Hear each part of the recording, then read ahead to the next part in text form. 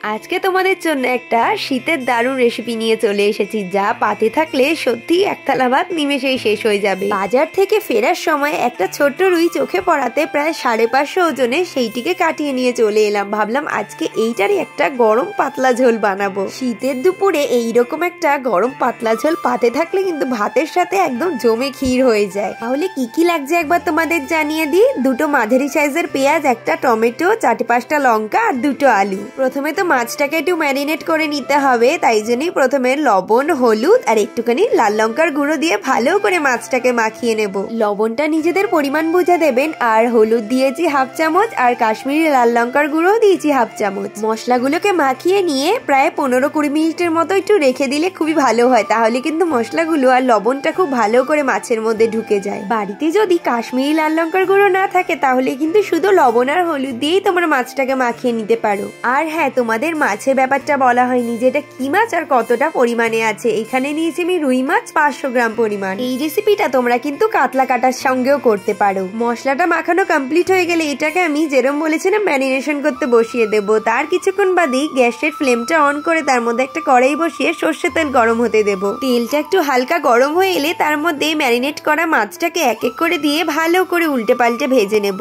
গ্যাসের ফ্লেমটা তখন একটু হালকা কমিয়ে দিতে হবে যখন মাছগুলো দেওয়া হচ্ছে, না হলে কি বলতো একটা সাইড খুব তাড়াতাড়ি পুড়ে যাবে, মাছটা কিন্তু ভেতর দিয়ে ঠিকঠাক কুক হবে না। আর হ্যাঁ, মাছটাকে কিন্তু খুব একটা বেশি কড়াকড়ি করে কোনো রকমেই ভাজতে হবে না, একটু লালচে ভাবেলেই কিন্তু মাছটাকে উল্টে পাল্টে নামিয়ে নিতে হবে। আর এই রুই মাছটা এতটাই ফ্রেশ ছিল যে ভাজার পরেও মাছটা এত সুন্দরভাবে সফট হয়েছিল বলার মতো না। এইরকম মাছ ভাজা পাতে থাকলে কিন্তু আর কিন্তু কোনো রকমের তরকারি করার কোনো প্রয়োজন হয় না। কিন্তু আজকে যেহেতু মাছের একটা পাতলা ঝোল বানাচ্ছি, যার জন্য লোভটাকে সামলে নিলাম। দেখো, কথা বলতে বলতে তো আমার সবকটা মাছ ভাজাই কমপ্লিট হয়ে গেল। এরপরে ফোড়ন দিয়ে মাছের ঝোলটা বসাবো শুধু। আচ্ছা দাঁড়াও, ডিটেলসে বলি তোমাদেরকে। প্রথমে একটু জিরে ফোড়নে দেবো, যে তেলের মধ্যে মাছ ভেজেছিলাম। জিরেগুলো হালকা করে ভাজা হয়ে গেলেই তার মধ্যে কাঁচা লঙ্কাগুলো দিয়ে একটু ভাজা ভাজা হয়ে এলেই তার মধ্যে কেটে রাখা পেঁয়াজগুলোকে দিয়ে দেবো। পেঁয়াজটা দেওয়ার পরে হালকা একটু নেড়ে চেড়ে তার মধ্যে পরিমাণ মতো একটু লবণ দিয়ে পেঁয়াজটাকে একটু হালকা দেখবো যে গোলাপি কালার চলে আসবে, তার মধ্যে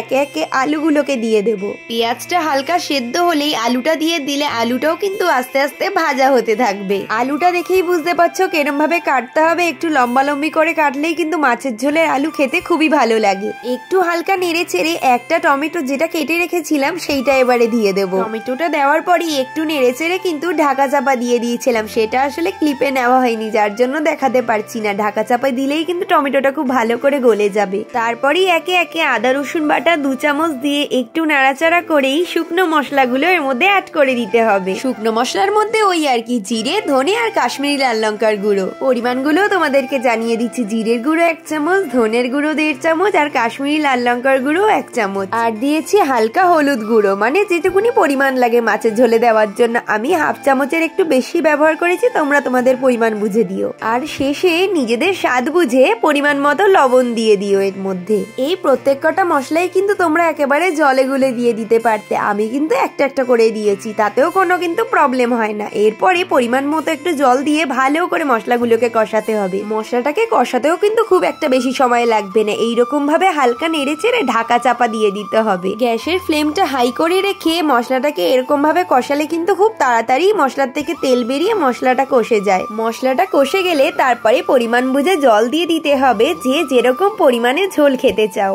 জলটা দেওয়ার পরে ভালো মতো একটু নুনটা দেখে নিতে হবে যে নুনটা পরিমাণ বুঝে একদম ঠিকঠাক হয়েছে কিনা। তারপরে আবার একটু ঢাকা চাপা দিয়ে দিতে হবে। ঢাকনাটা খুলে যেই দেখবো ঝোলটা বেশ ভালো মতো ফুটে গেছে, তার মধ্যে মাছগুলোকে দিয়ে একটু হালকা করে নাড়িয়ে চাড়িয়ে নিতে হবে। আর ঝোলের এই ফুটন্ত পর্যায়ে মাছটা দিলে না মাছের মধ্যে খুব সুন্দরভাবে গ্রেভিটা ঢুকবে। ফুটতে দিয়ে আরেকবারও ঢাকা চাপা দিয়ে দেব। আর আরেকটা জিনিস তোমাদেরকে বলে দিই, আমি এখানে বেশি সবজি পাইনি বলে শুধু আলুই দিয়েছি। তোমরা যদি পেঁপে, ঝিঙে, চিচিঙ্গে, ফুলকপি যা দিতে চাও তাই দিতে পারো। একটু যদি শীতকালীন ভালো ভালো সবজি দিয়ে করতে পারো তাহলে কিন্তু এই মাছের ঝোলের টেস্ট আরো বেড়ে যায়। তাহলে বলো তো বন্ধুরা, মাছের এই রেসিপিটা তোমাদের কেমন লাগলো? যদি ভালো লেগে থাকে সবার সাথে কিন্তু শেয়ার করতে একদম ভুলবে না।